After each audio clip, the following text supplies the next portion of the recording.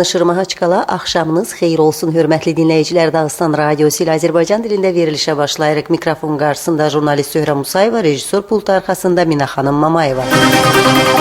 Respublikanın hökumət sədri Abdusəməd Həmidovun rəhbərliyi altında keçirilmiş hökumət müşavirəsində bir sıra aktual məsələlər diqqət mərkəzində durmuşdu. Həmidov, Dağıstanla Çeçen Respublikası və Stavropol diyarı arasındakı inzibati sərhəd ərazisində Dağıstan rəhbəri Ramazan Abdullativovun tapşırığı çərçivəsində ala qapıların inşası ilə bağlı işləri sürətləndirmək barədə tapşırıq verdi. Bundan əlavə, ala qapılar dövlət simvolları ilə bəzədilməli və müvafiq ərazidə nümayəndəliklərin rəsmi qəbulu üçün xüsusi meydançalar da nəzərdə tutulmalıdır. Müşavirədə yaz tarla işlərinə hazırlıq məsələləri üzrə məlumatla Respublika Kənd Təsərrüfatı və Ərzaq Nazirinin müavini Şaqmir Baxarçiyev çıxış etdi. Onun sözləri ilə cari il yazılıq səpini məqsədi ilə 68,4 min ton, kartof əkini üçün 60,5 min ton, mədəni bitkilər üçün isə 6,9 min ton əkin materialı gərəkdir.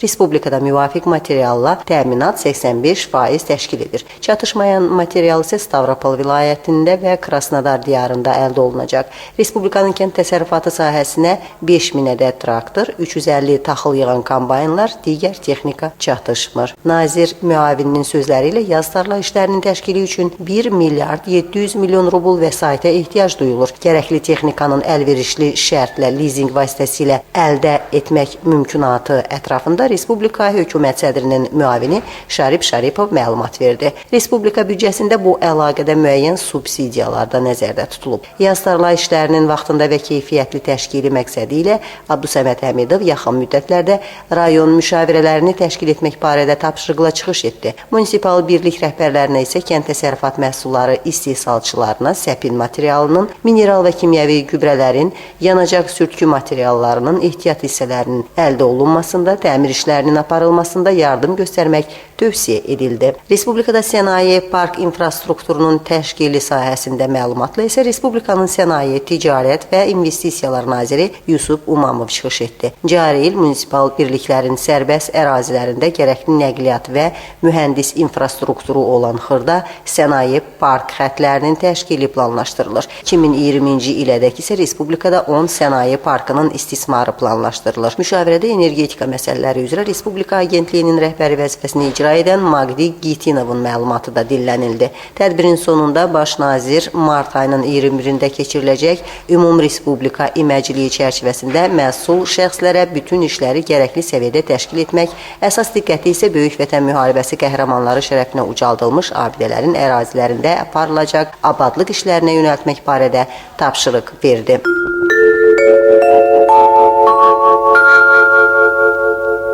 Respublikanın Energetika Məsələləri üzrə Agentliyindən daxil olmuş məlumata əsasən 2015-ci ildə Dağıstan rayonlarının qazlaşdırılması üçün 900 milyon rubl vəsait nəzərdə tutulur. Bu vəsaitin ümumi məbləğinin 700 milyonu Gazprom şirkətinin payına düşür. Daha 200 milyon isə Respublika büdcəsindən ayrılmalıdır. Dağıstan Qaz Servis Məhdud Məsuliyyətli Cəmiyyətdən verilən məlumata əsasən isə Çarada, Sumada və Respublikanın digər dağlıq rayonlarını qazlaşdırmaq planlaşdırılır.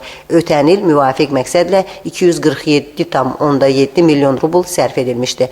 Büdcə vəsaiti hesabına Axtı, 9 para, Xasavürt, Unskul və Dahadayev rayonlarında qəsəbələr arası qaz kəməri çəkildi. Gazprom Açıq Aksioner Cəmiyyətinin bilavasitə iştirakı ilə 2014-cü ildə Respublikada 121 kilometr ərazidə qaz xətti çəkilib və 120 kilometrdə isə qəsəbə daxili qaz xətləri təmin olunub.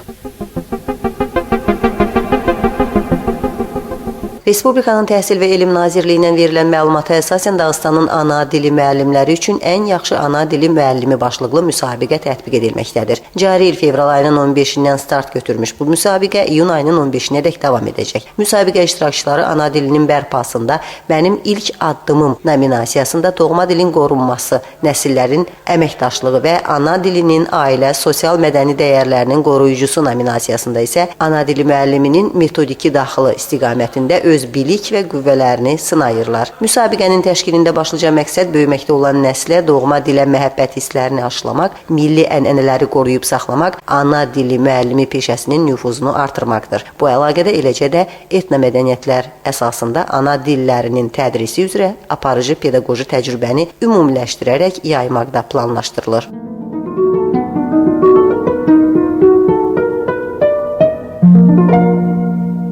Novruz öz mübarək qədəmlərini elə obaya salmaqdadır. Bu bayram Dəmirqapı Dərbənddə geniş qeyd edilir. Narınqala Dövlət Tarixi, Memarlıq və Bədii Qoruq Muzeyində Azərbaycan, Ləzgi və Tabasaran teatrlarının artistləri böyük konsert proqramı ilə çıxış etmişlər. Konsertdə Kaspiysk Dövlət Rəqs Ansamblı, Tədris və Mədəniyyət üzrə Dağıstan Akademiyasının Musiqi Məktəbinin Pedaqoji Kollecin tələbələri, 3 nömrəli İncəsənət Məktəbinin şagirdləri də maraqlı proqramlarla çıxış etmişlər. Dərbənd rayonunu bu bayram şənliyində xalq mahnılarının populyar ifaçısı Arzu Kərimxanova təmsil edirdi. Bayram tədbirləri planına əsasən bugün Novruz böyük təmtəraqla Dərbənddə Dünyəvi Mədəniyyət və Din Tarixi Muzeyi meydançasında, mart ayının 18-də Dərbənd rayonunun Lükəl kəndində, mart ayının 19-da şəhərin Xəyal İstirahət kompleksində, mart ayının 20-sində Ləzgi Dövlət Dram Teatrında, mart ayının 21-də isə Azadlıq meydanında qeyd ediləcək. Xatırladırıq ki, hələ 2009-cu ildə UNESCO Novruz bayramını bəşəriyyətin qeyri-maddi mədəni irsi siyahısına